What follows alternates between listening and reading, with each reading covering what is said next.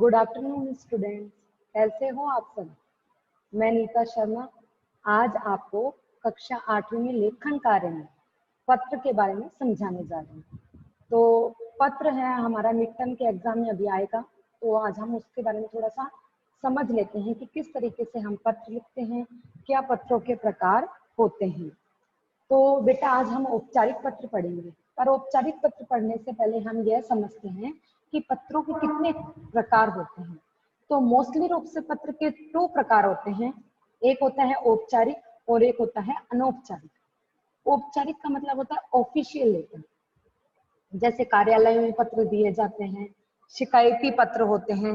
और जो अनौपचारिक पत्र होते हैं वो अपने माता पिता, रिश्तेदारों, सगे संबंधियों और मित्रों को लिखे जाते हैं। तो अनौपचारिक पत्र होते हैं, उन्हें बधाई पत्र, निमंत्रण पत्र, इस तरीके के पत्र आते हैं। तो आज हम पढ़ते हैं औपचारिक पत्र। तो औपचारिक पत्र लिखने के लिए हमें कुछ फॉर्मूला यहाँ पे दिए गए हैं। सबसे पहले देखिए प्रधानाचार्य को लिखे गए प्रार्थना पत्र। यहाँ देखिए एप्लीकेशन टू हेडमास्टर प्रिंसिपल। प्रधानाचार्य के नाम लिखे गए आवेदन पत्रों की शैली इस प्रकार होती है। तो आपने स्कूल में एप्लीकेशन लिखते हो ना, तो सबसे पहले क्या लिखते हो आप, सेवा में। किसकी सेवा में? प्रधानाचार्य। तो सेवा में प्राचार्य महोदय, फिर आप अपने विद्यालय का नाम लिखोगे, सेम इसके नीचे ही लिखना है। फिर आप किस स्थान पे रह रहे हो वो लिखोगे। फिर सब्जेक्ट, इसमें सब्जेक्ट जरूर लिखा जाता है आपका। आप क्या गलती करते हो कि जो अनौपचारिक पत्र होते हैं उसमें भी आप विषय लिख देते हो, जबकि विषय उसमें नहीं लिखा जाता। आप क्या करते हो, जैसे पिताजी को पत्र लिखते हो तो विषय पिताजी की याद आ रही है, ये कोई विषय थोड़ी ना होता है। तो हमेशा विषय होता है औपचारिक पत्रों में। तो जैसे 2 दिन का अवकाश हेतु, या फिर कोई शिकायती पत्र लिख रहे हो आप, तो जैसे मोहल्ले की सफाई कार्य हेतु, तो इस तरीके से विषय लिखा जाता है। और विषय हमेशा औपचारिक पत्रों में ही लिखा जाता है, अनौपचारिक पत्रों में विषय नहीं होता। तो ये विषय के ठीक बाद आप अपना श्रीमान जी या मान्यवर या फिर महोदय ऐसे करके आप उसको संबोधित करोगे। जैसे प्रधानाचार्य है, प्रधानाध्यापक है, या फिर कार्यालय का कोई भी सदस्य है तो श्रीमान, प्रधानाचार्य, अध्यापक महोदय या महोदय करके भी आप उसको संबोधित करोगे। उसके बाद में सविनय निवेदन है कि, तो जब भी कोई प्रार्थना पत्र या कुछ भी लिखते हैं तो अपने को निवेदन करना पड़ता है। तो निवेदन करके फिर आप उसको आगे अपना जो भी आप दिया हुआ है आपको, उसके ऊपर आप संक्षेप में अपना विषय लिख देंगे। फिर जस्ट उसके नीचे आप लिखेंगे धन्यवाद। फिर धन्यवाद के नीचे लिखेंगे प्रार्थी, यानी प्रार्थना करने वाला, या आपका आज्ञाकारी, आपके आज्ञाकारिणी। अगर स्त्री होगी तो शिष्या लिखेगी, और पुरुष होगा तो आज्ञाकारी शिष्य लिखेगा। ये शिष्य और शिष्या तो आता है प्रधानाचार्य महोदय को, जैसे अपने एप्लीकेशन लिखते हैं।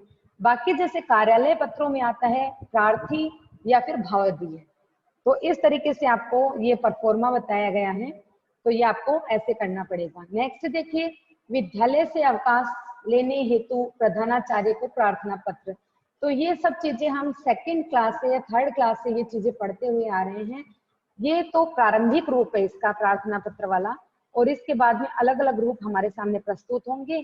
तो सबसे पहले देखते हैं सेवा में प्रधानाचार्य महोदय, सरस्वती बाल मंदिर, धुरुवा, रांची। फिर हमने विषय लिखा 2 दिन का अवकाश।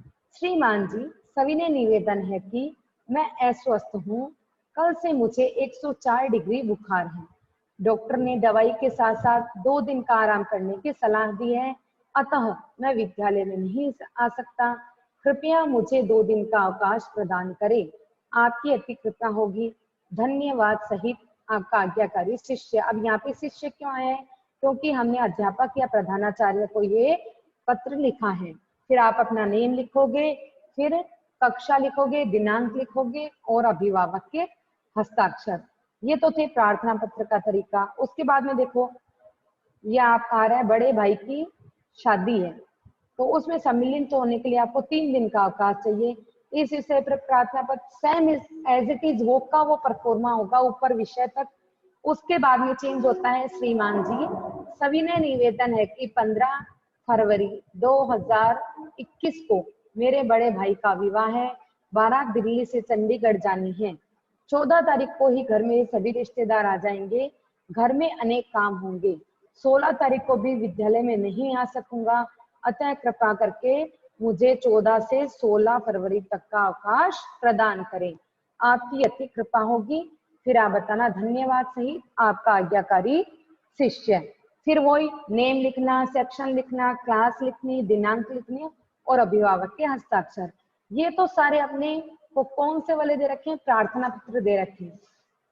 नेक्स्ट देखिए, अपनी प्राचार्य को पत्र लिखिए जिसमें उनसे खाली समय में पुस्तकालय और जिम में जाने की सुविधा देने का अनुरोध हो। सेवा में प्राचार्य महोदय। क ख ग विद्यालय। अब आप क्या करते हो, ये चीज भी मैंने देखी है। जैसे बुक वाला तो क ख ग विद्यालय लिखता, मतलब क ख ग कुछ भी नाम आप अपने विद्यालय का लिखिए, तो आप एग्जाम में इवन अपनी कॉपी में भी लिख देते हो क ख ग विद्यालय। तो थोड़ा बहुत अपने दिमाग का भी हमें यूज करना चाहिए। क ख ग इसमें इसलिए लिखा है कि आप किसी भी विद्यालय का नाम लिख सकते हो। तो जैसे अपन लिख देते हैं लियाल पब्लिक स्कूल, फिर नीचे लिख देते हैं बीकानेर। विषय खाली समय में जिम और पुस्तकालय सुविधा। महोदया, आपसे निवेदन है कि आधी छुट्टी या फिर मध्याह्न या अन्य किसी खाली समय में हमारे विद्यालय का जिम तथा पुस्तकालय बंद रहता है। वो हम उस समय में जिम जाकर व्यायाम करना चाहते हैं और पुस्तकालय में बैठकर पत्र पत्रिकाएं पढ़ना चाहते हैं। आपसे अनुरोध है कि हमारे लिए व्यवस्था करने की कृपा करें। तो ये था आपके विद्यालय में जिम वगैरह के लिए। नीचे देखिए, प्राचार्य को पत्र लिखकर जुर्माना माफी। तो ये भी सेम इसी तरीके से होगा, बस बीच में मैटर है वो चेंज हो जाएगा। सविनय निवेदन है कि इस वर्ष की घरेलू परीक्षाएं नहीं दे सकती थी। परीक्षाओं के दौरान मुझे भीषण ज्वर हो गया, इस कारण मुझ पर 100 रुपए का जुर्माना लगा दिया गया है। मैं आपसे प्रार्थना करती हूँ कि आप यह जुर्माना माफ कर दे। मैं आपको विश्वास दिलाती हूँ कि अगली परीक्षाओं में अच्छे अंक लाकर दिखाऊंगी, आपकी अति कृपा होगी। इसी तरीके से देखिए, नीचे दे रखा है, अपने प्रधानाचार्य को पत्र लिखकर पुस्तकालय में हिंदी कहानियों और कविताओं के अधिक पुस्तकों के लिए आग्रह कीजिए। तो इसमें भी विषय आप चेंज कर दोगे और फिर लिख दोगे कि सविनय निवेदन है कि मैं 8वीं कक्षा की छात्रा हूँ, मैं कहानियों तथा कविताएं पढ़ने की शौकीन हूँ। मेरी अन्य सखियां भी साहित्य में रुचि रखती हैं। मैंने पुस्तकालय से प्रेमचंद, दिनकर, बच्चन, मनु भंडारी का साहित्य पढ़ा है, परंतु पुस्तकालय में अधिक पुस्तकें नहीं हैं। कविताएं तो न के बराबर है। जब किसी कविता प्रतियोगिता के लिए कविता तैयार करनी पड़ती है तो मुझे बहुत कठिनाई होती है। आपसे निवेदन है कि पुस्तकालय में साहित्यिक पुस्तकें मंगवाए, विशेष रूप से कहानियों तथा कविताओं की पुस्तकें मंगवाने की कृपा करें। तो ये अब तक जितने भी पत्र हमने पढ़े हैं, ये क्या है, ये अपने स्कूली पत्र हैं, प्रार्थना पत्र स्कूल से संबंधित। नेक्स्ट देखो, हम पढ़ेंगे शिकायती पत्र, यानी जहां पर नगर प्रशासन से या उच्च अधिकारियों से किसी कार्य के लिए हम शिकायत करते हैं तो उसको बोलते हैं शिकायती पत्र। और संपादकीय पत्र किसको बोलते हैं, जैसे कोई न्यूज़पेपर का संपादक है या कोई बुक का जो राइटर है या कोई बुक की पब्लिकेशन हाउस है, तो उनको अगर हम कोई पत्र लिखते हैं तो वो शिकायती या संपादकीय पत्र में आते हैं। तो देखिए, इसका परफॉर्मा हमें बताया गया है। शिकायती पत्र में सबसे पहले तो सेवा में, ठीक है, फिर अधिकारी का पद या नाम। आप जिस अधिकारी को पत्र लिख रहे हो उसका आपको डेजिग्नेशन लिखना होगा, उसका नाम लिखना होगा, या फिर नाम लिख दो चाहे डेजिग्नेशन लिख दो, या फिर नगर कि कौन सी जगह पर है ये डेजिग्नेशन, या पद पे किस पद पे कौन से शहर में कार्यरत है। फिर आप लिखोगे संबोधन और फिर आप अपना पत्र, संपूर्ण पत्र आप लिख सकते हो धन्यवाद। और इसमें भी विषय होता है बेटा, धन्यवाद लिखने के बाद में भवदीय यानी प्रार्थना करने वाला, प्रार्थी भी लिख सकते हो इसमें। फिर नाम यानी प्रेषक का मतलब है भेजने वाला, तो आप जो पत्र भेज रहा है ना उसका नाम लिखना है, यानी जो पत्र लिख के निवेदन करा उसका नाम, फिर अपना एड्रेस और दिनांक। तो इससे संबंधित शिकायती पत्रों में देखिए, आपके मोहल्ले में बिजली का संकट रहता है, बिजली अधिकारी को इस समस्या के समाधान के लिए पत्र लिखिए। तो देखिए, सबसे पहले सेवा में उपमंडल अधिकारी, तो उस जिसको आप सेवा में मतलब पत्र लिख रहे हो वो क्या है, कौन सा अधिकारी है, उपमंडल अधिकारी, तो ये उसका डेजिग्नेशन हो गया। गाजियाबाद शहरी विकास प्राधिकरण, आप उस संस्था का नाम लिखिए जहां पर वो कार्यरत हैं। तो गाजियाबाद शहरी विकास प्राधिकरण ये उस संस्था का नाम है और ये संस्था कहाँ पर है? गाजियाबाद में। फिर आप लिखोगे सब्जेक्ट यानी विषय, सेक्टर 8 में बिजली का संकट हेतु, कारण मतलब कोई कारण बताते ना तो हेतु लिख सकते हैं उसमें। नेक्स्ट देखिए महोदय, मैं सेक्टर 8 का एक निवासी आपका ध्यान बिजली संकट की ओर खींचना चाहता हूँ। आजकल हमारे सेक्टर की बिजली आपूर्ति खराब है। कई बार 1 घंटे में 10 बार बिजली आती जाती है। मैं इस तमाशे को समझ नहीं पा रहा हूँ। बिजली न होने के कारण पानी की आपूर्ति भी रुक जाती है, घर का सारा प्रबंध गड़बड़ा जाता है, कोई काम नहीं हो पाता, सारी दिनचर्या अस्त व्यस्त हो जाती है। महोदय, कृपया बिजली की आपूर्ति को ठीक कराने का कष्ट करें। सेक्टर के सभी निवासी परेशान हैं। तो ये आपने अपनी जो बात थी वो आपने शॉर्ट रूप से और बहुत अच्छे से इसको बता दिया है। उसके बाद में आप लिखोगे धन्यवाद, फिर आप लिखोगे प्रार्थी यानी प्रार्थना करने वाला। यहाँ पर कौन है प्रार्थना करने वाला? प्रार्थना करने वाला है मनोहर लाल। फिर कहाँ रहता है मनोहर लाल? 335 नंबर, सेक्टर 8 गाजियाबाद में। फिर आप लिखोगे दिनांक। अब एक चीज और देखिए, आप जब आप दिनांक लिखते हो ना तो जिस दिन आप पत्र लिख रहे होते हैं ना उसी दिन की आपको डेट डालनी पड़ती है। जैसे एग्जाम में आप पत्र लिखते हो ना तो ऐसे नहीं कि चाहे जो आप पुरानी जो बीत चुकी वो डेट डाल दो या आगे आने वाली। एट प्रेजेंट जिस दिन आप पेपर लिख रहे होते ना उसी दिन की डेट आपको डालनी चाहिए होती है। नेक्स्ट देखिए, नगर निगम के स्वास्थ्य अधिकारी को पत्र लिखना है और उनसे अपने मोहल्ले की सफाई का अनुरोध करना है। तो ये सारे पत्र हम क्या पढ़ रहे हैं? शिकायती पत्र पढ़ रहे हैं। तो सर्वप्रथम हम लिखते हैं सेवा में, जैसे इंग्लिश में लिखते हैं ना टू द हेडमिस्ट्रेस, है ना, तो वैसे इसमें लिखते हैं सेवा में। फिर उसके बाद में अपन लिखते हैं स्वास्थ्य अधिकारी, उसका डेजिग्नेशन क्या है कि वो स्वास्थ्य अधिकारी है। और स्वास्थ्य अधिकारी कहाँ है? वो हरिद्वार नगर निगम। फिर कौन सा स्थान है? हरिद्वार है। विषय आपको लिखना है विवेक नगर की सफाई करवाने हेतु। अब नेक्स्ट क्या पढ़ा हुआ है? महोदय का। महोदय, बड़े दुख के साथ सूचित करना पड़ रहा है कि हमारी मोहल्ला विवेक नगर आजकल कूड़ा घर बना हुआ है। जगह जगह गंदगी के ढेर लगे हुए हैं। तो जगह जगह गंदगी के ढेर लगे हुए हैं और उसके कारण क्या हो जाता है? बरसात के दिनों में क्या हो जाता है? पानी इकट्ठा हो जाता है, जगह जगह गड्ढे भी बने हुए हैं। सीवरेज न होने के कारण नालियों का गंदा पानी गली में इकट्ठा हो जाता है जिसमें सुअर विश्राम करते हैं। मोहल्ले की सभी नालियां कूड़े से भरी हुई है। तो सफाई करवाने के लिए पहले आपको रीजन बताना पड़ेगा कि हमारे जो विवेक नगर है उसमें क्या क्या कमियां हैं। तो आपको बताना पड़ेगा कि सड़कें टूटी हुई है, जगह जगह गंदगी के ढेर लगे हुए हैं, खड्डे बने हुए हैं जिसमें पानी एकत्रित होता है, सीवरेज नहीं है और नालियों का गंदा पानी भी एक जगह इकट्ठे हो जाता है जिसके कारण जो जानवर हैं वहां पर विश्राम करते रहते पानियों में और मोहल्ले की सभी नालियां हैं वो गंदगी और कूड़े करकट से भरी हुई है। महोदया, कभी आप स्वयं मोहल्ले का निरीक्षण करने का कष्ट करें। मैं विश्वास दिलाता हूँ कि आप वह गंदगी देख नहीं पाएंगे। मोहल्ला अधिकारियों का वहां रहना और सांस लेना दूभर हो गया है। इसी गंदगी के कारण जो बीमारियां होती है उसके भी बारे में आप परिचय दे सकते हो कि इन गंदगी के कारण डेंगू बीमारी ने अपना जाल बिछा दिया है। यदि आपने शीघ्र ही नालियों की सफाई न कराई और गलियों से गंदगी न उठवाई तो पशुओं को वहां से ले जाने का प्रबंध भी न किया तो यह बीमारी भयंकर रूप ले जाएगी। तो इस तरीके से आपको लिखना है कि उस स्थिति में सारा दोष आपकी लापरवाही का ही होगा। मैं विवेक नगर के प्रतिनिधि के रूप में आपसे अनुरोध करता हूं कि शीघ्र से शीघ्र सफाई अभियान चलाएं। हम मोहल्ला वासी आपका हर प्रकार से सहयोग करेंगे। ये बात आपने जो जो शिकायत आपको करनी थी वो आपने कर दी।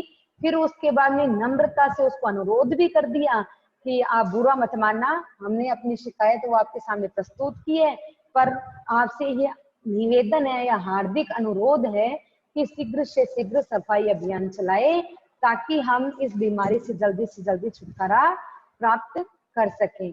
हम सब की तरफ से आपको बहुत बहुत धन्यवाद। फिर आप लिखोगे प्रार्थी अंशुमान, फिर आप अपना स्थान लिखोगे कि किस स्थान से आपने यह पत्र लिखा है। विवेक नगर 888 हरिद्वार। दिनांक उसी दिन की लिखनी है जिस दिन आप पत्र लिखते हो। तो आई थिंक आपको अनौपचारिक और अनौपचारिक पत्र में थोड़ा सा डिफरेंस तो मेरे हिसाब से पता लग चुका है कि अनौपचारिक पत्र क्या होते हैं, माता पिता बहन भाई उनको लिखे जाते हैं, रिश्तेदारों को लिखे जाते हैं और मित्रों को लिखे जाते हैं। और औपचारिक पत्र होते हैं ऑफिशियल लेटर, जो कि या तो स्कूल के प्रधानाचार्य, प्रधानाध्यापक या किसी कार्यालय के संपादक को या फिर शिकायती पत्र के रूप में लिखे जाते हैं। शिकायती पत्र हमने 2 से 3 शिकायती पत्र पढ़ लिए हैं। प्रधानाध्यापक महोदय वाले भी हमने पढ़ लिए थे 2 से 3। नेक्स्ट देखिए, आपके घर के पास पूजा स्थल में रात दिन लाउड स्पीकर का शोर होता रहता है और आप पढ़ नहीं पाते, तो इसकी शिकायत करने हेतु अपने क्षेत्र के थानाध्यक्ष को पत्र लिखिए। देखिए सबसे पहले आप क्या लिखेंगे, सेवा में थानाध्यक्ष गांधीनगर ग्वालियर। फिर आप दिनांक लिखोगे, फिर देखिए नीचे महोदय। अगर आप दिनांक ऊपर नहीं लिखना चाहते हो नीचे भी लिख सकते हो। तो नेक्स्ट देखिए महोदय, मैं ग्वालियर के गांधीनगर में मकान नंबर 455 का निवासी अवनीश मित्तल हूँ।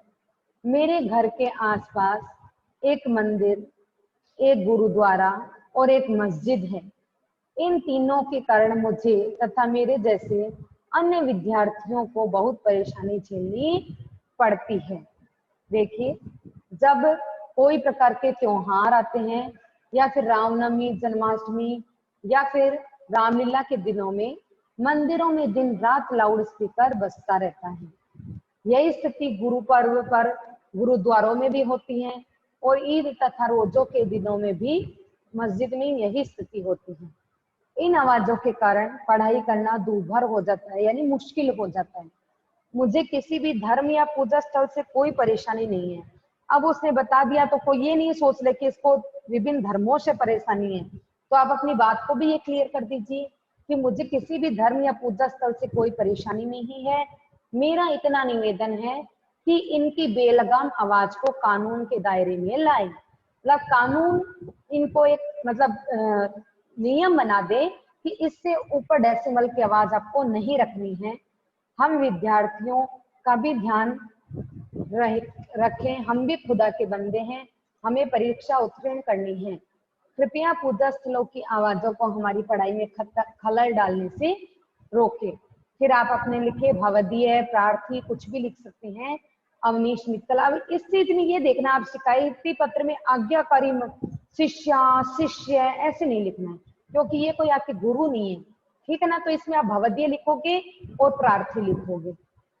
नेक्स्ट देखिए, आप लिखोगे विद्यालय के बाहर खड़े आवारा लड़कों द्वारा की जा रही छेड़खानी से निपटने के लिए अपने प्राचार्य को या प्रधानाचार्य को पत्र।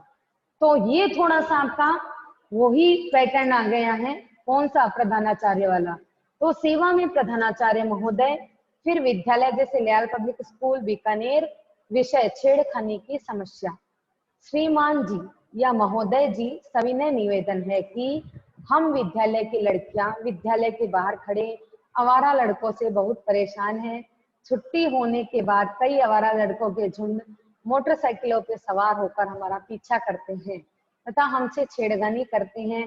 वे हमें अकेला पाकर हमारा रास्ता ही रोक लेते हैं। आपसे निवेदन है कि हमें इनसे छुटकारा दिलाइए। आपकी अति कृपा होगी, धन्यवाद। अब इसमें आप लिख सकते हो आज्ञाकारी शिष्या भी लिख सकते हो, भवदिया भी लिख सकते हो और प्रार्थनी भी लिख सकते हो। सुनीता दहिया 8वीं सी दिनांक, जो भी आप लिखना चाहो। अब देखिए नीचे जो अपने पत्र आया वो है संपादकीय पत्र। संपादकीय पत्र मैंने आपको बताया था, किसी भी समाचार पत्र का कोई राइटर हो या कोई संपादक करता हो तो उसको जो हम पत्र लिखते हैं उसको बोलते हैं संपादकीय पत्र। देखिए हिंदी के हिंदुस्तान नामक समाचार पत्र के संपादक को पत्र लिखिए। जिसमें लड़कियों की घटती जनसंख्या पर चिंता प्रकट की गई हो। देखिए, सेवा में संपादक महोदय, तो सेवा बताइए पहले तो सेवा में, फिर आप ये बताइए संपादक महोदय। आप किसको पत्र लिख रहे हो? संपादक महोदय को। तो बताइए संपादक महोदय। अच्छा, ये संपादक किस स्थान पर है? तो हिंदुस्तान समाचार पत्र। ये हिंदुस्तान समाचार पत्र रांची, यानी जिस जगह पर है उस संस्था का नाम भी आपको लिखना पड़ता है। तो सेवा में संपादक महोदय, हिंदुस्तान समाचार पत्र रांची महोदय, कृपया मेरे निम्नलिखित विचार अपने पत्र में छापकर अनुग्रहित कीजिए। तो इसमें जैसे आप अपने कुछ एडिशन या कुछ ऐसी कविताएं, पोयम या फिर अपनी तरफ से कोई भी छपवाना चाहते हैं अखबारों में, तो उसके लिए आप ऐसा लिखोगी, कृपया मेरे निम्नलिखित, निम्न यानी नीचे, लिखित यानी लिखे हुए, कि मेरे नीचे लिखे हुए विचार अपने पत्र में छापकर मुझे अनुग्रहित कीजिए।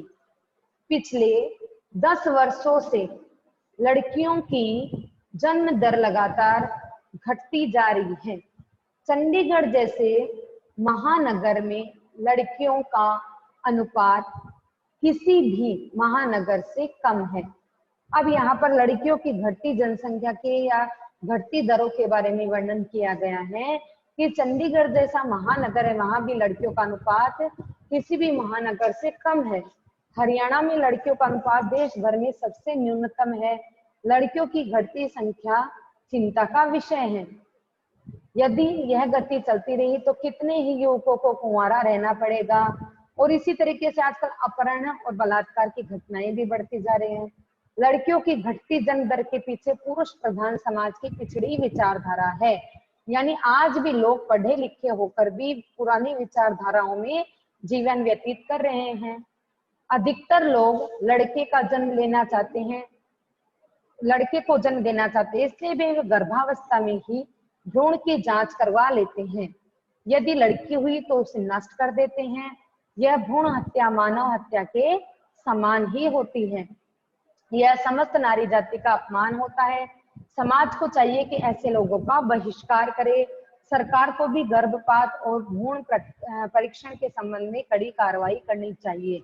तो ये उसने छोटा सा पैराग्राफ लिखा है, किसको? संपादक महोदय को, कि आपसे अनुरोध है कि इस ज्वलंत जो समस्या है उसको आप अपने न्यूज़पेपर में स्थान दो। फिर आप लिखोगे भवदीय श्री भगवान, यह 38 MG road, Ramgarh cantt, Ranchi. फिर आप लिख दोगे दिनांक। नेक्स्ट देखिए, पाठ्य पुस्तक का सत्र प्रारंभ हो चुका है किंतु बाजार में पाठ्य पुस्तकें उपलब्ध नहीं है। इस विषय में किसी दैनिक पत्र के संपादक को पत्र लिखिए। तो आप लिखेंगे सबसे पहले सेवा में संपादक महोदय, दैनिक जागरण कानपुर। फिर आप लिखोगे विषय पाठ्य पुस्तकों की समस्या। महोदय, निवेदन है कि मैं सभी छात्रों की पाठ्य पुस्तक संबंधी समस्या सरकारी अधिकारियों तक पहुंचाना चाहता हूं। कृपया इसे आप अपनी जागरण जो पत्र है या दैनिक जो जागरण है उसमें छपवाने का कष्ट कर कर मुझे अनुग्रहित करें। विद्यालय का नया सत्र आरंभ हुए 1 सप्ताह बीत चुका है। पढ़ाई आरंभ हो चुकी है परंतु बाजार में पाठ्य पुस्तकें उपलब्ध नहीं है। इस कारण बच्चे और अध्यापक परेशान हैं। कुछ प्राइवेट पब्लिकेशन या प्रकाशकों ने कालाबाजारी का धंधा भी शुरू कर दिया है। मेरा शिक्षा विभाग के अधिकारियों से निवेदन है कि वे सचेत हो जाएं, वरना छात्रों और अभिभावकों का गुस्सा फूट पड़ेगा। फिर आप बता दिए भवदीय, अपना नाम बताइए, स्थान बताइए, जगह बताइए और दिनांक बता दीजिए। नेक्स्ट देखिए, किसी समाचार पत्र के संपादक को पत्र लिखिए जिसमें भारत में बुलेट ट्रेन चलाने की योजना पर आपने अपने विचार रखे हों। सेवा में मुख्य संपादक दैनिक भास्कर गाजियाबाद। देखिए, विषय आपको लिखना है बुलेट ट्रेन चलवाने हेतु। महोदय, मैं भारत में बुलेट ट्रेन के संचालन पर अपने विचार जनता के सम्मुख रखना चाहता हूँ। कृपया इन्हें छापकर अनुग्रहित करें। भारत विकासशील देश है। पूरे विश्व में इस बात की चर्चा है कि निकट भविष्य में भारत महाशक्तिशाली देश बनने की ओर बढ़ रहा है। यह बहुत सौभाग्य की बात है। इसके लिए भारत को हर प्रकार से उन्नति करनी होगी। दुर्भाग्य से भारत की रेलें विश्व स्तर की नहीं है और न इनका प्रबंध कौशल में, न सुविधाओं में और न ही गति में। यदि भारत को महाशक्ति बनाना है तो हमारी रेलों को भी सुरक्षित करना होगा तथा तेज होना होगा। चीन, भारत, अमेरिका जैसे देशों में 300 से 400 किलोमीटर प्रति घंटा की रफ्तार से चलने वाली बुलेट ट्रेनें हैं, जबकि भारत अब भी 120 से 150 किलोमीटर प्रति घंटा से अधिक रफ्तार की रेलें नहीं चला पा रहा। मेरा रेलवे मंत्रालय से निवेदन है कि वे भी भारत में बुलेट ट्रेन चलवाने की योजनाओं को तीव्र गति से आगे बढ़ाए। धन्यवाद। भावदीय, फिर आप अपना नाम लिख दीजिए। अब देखिए, कुछ पत्र अपने को स्वयं को लिखने दे रखे हैं, तो हम चर्चा कर लेते हैं कि कौन से पत्र औपचारिक है, कौन से अनौपचारिक। फर्स्ट देखिए, अपने मित्र को पत्र लिखिए जिसमें आपका जन्म दिवस मनाने का वर्णन है। सबसे पहले देखो, मित्र को पत्र है तो इसका मतलब अनौपचारिक लेटर है, अनऑफिशियल लेटर है।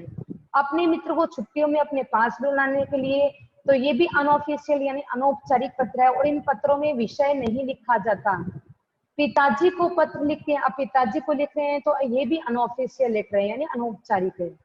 आपने मित्र का बनाया हुआ मॉडल अंतरराष्ट्रीय विज्ञान मेले के लिए चुना, उसे बधाई पत्र, तो बधाई पत्र भी हमेशा क्या होता है, अनौपचारिक की श्रेणी में आता है। आपकी कक्षा में जिन वस्तुओं की आवश्यकता है उन्हें प्रार्थना पत्र में प्राचार्य महोदय या प्रधानाचार्य महोदय, तो प्रधानाचार्य महोदय को आप वस्तुओं के लिए एप्लीकेशन लिखोगे तो वो किसमें आएगी, औपचारिक पत्रों में। दुर्घटनाग्रस्त होने के कारण परीक्षा नहीं दे रहे हो और उसकी असमर्थता के लिए प्रधानाचार्य को औपचारिक पत्र हो गया। नेक्स्ट देखिए, विद्यालय के प्रधानाचार्य को पत्र लिखना है तो ये भी आपका औपचारिक पत्र है। नेक्स्ट देखिए, सड़क परिवहन के प्रबंधकों को बसों की कुव्यवस्था के लिए, तो ये भी आपका क्या हो गया, औपचारिक पत्र, क्योंकि ये शिकायती पत्र है। इसमें भी आपके विषय आएगा और प्रबंधक महोदय, इस तरीके से आपको लिखना होगा, स्थान का नाम लिखना होगा। नेक्स्ट देखिए, स्वास्थ्य अधिकारी, ये भी औपचारिक में आएगा। इसके नीचे देखिए नेक्स्ट, दिल्ली परिवहन निगम के महाप्रबंधक को आपको पत्र लिखना है तो उसमें भी क्या होगा, औपचारिक पत्र होगा। इसमें मुख्य महाप्रबंधक महोदय, फिर आपको बताना है किस स्थान पर है वो, दिल्ली परिवहन निगम दिल्ली। नेक्स्ट देखिए, मुंबई परिवहन निगम वाला है, ये भी आपका औपचारिक पत्र है। उसके बाद देखिए, नव भारत टाइम्स नई दिल्ली को, तो ये भी आपका औपचारिक पत्र है। अपने क्षेत्र में कानून और व्यवस्था की बिगड़ती स्थिति पर, तो ये भी आपका औपचारिक पत्र है। नेक्स्ट देखिए, पंजाब केसरी के मुख्य संपादक को पत्र लिखना है जिसमें सड़क दुर्घटनाओं को रोकने के कुछ सुझाव आपने उनको प्रस्तुत किए हैं, तो ये भी आपका औपचारिक पत्र की श्रेणी में आता है और इसको क्या बोलते हैं, संपादकीय पत्र। दैनिक जागरण के संपादक को पत्र लिखना है तो ये भी संपादकीय पत्र है, जो किसमें आते हैं, औपचारिक पत्रों में आते हैं। सूखे से जूझते लोगों की कठिनाई, ये वाला भी आपका क्या होगा, औपचारिक पत्र होगा, क्योंकि संपादकीय पत्र है। नेक्स्ट देखिए, आपके मोहल्ले का डाकिया समय पर डाक नहीं बांटता, इसकी शिकायत भी आप कर रहे हो, इस शिकायती पत्र, तो ये भी किस में आएगा आपके, ये भी आपका आएगा औपचारिक पत्रों में। दूरदर्शक के निर्देशक को पत्र लिखकर राष्ट्रीय एकता संबंधी अच्छे कार्यक्रम पेश करने के लिए निवेदन कीजिए, तो ये भी आपके औपचारिक पत्रों की श्रेणी में ही आएगा। तो बच्चों, इस तरीके से आज हमने पत्र पढ़े हैं। थोड़ा सा आपको मैंने डिफरेंस बता दिया कि क्या डिफरेंस होता है औपचारिक और अनौपचारिक में, और आज हमने औपचारिक पत्र के मोस्टली तीनों तरीके के अपने पढ़ चुके हैं, संपादकीय पत्र, शिकायती पत्र और प्रधानाचार्य को प्रार्थना पत्र। तो ये तीनों हमने पढ़ लिए हैं, तो उम्मीद करती हूँ आपको समझ में भी आया होगा। मिड टर्म जो हम ऑर्गेनाइज कर रहे हैं स्कूल वाले, तो जल्द भी आपके मिड टर्म होने जा रहे हैं, तो आप उसके लिए ये पत्र अवश्य लर्न कीजिएगा, आपको PDF सेंड कर दी जाएगी। धन्यवाद।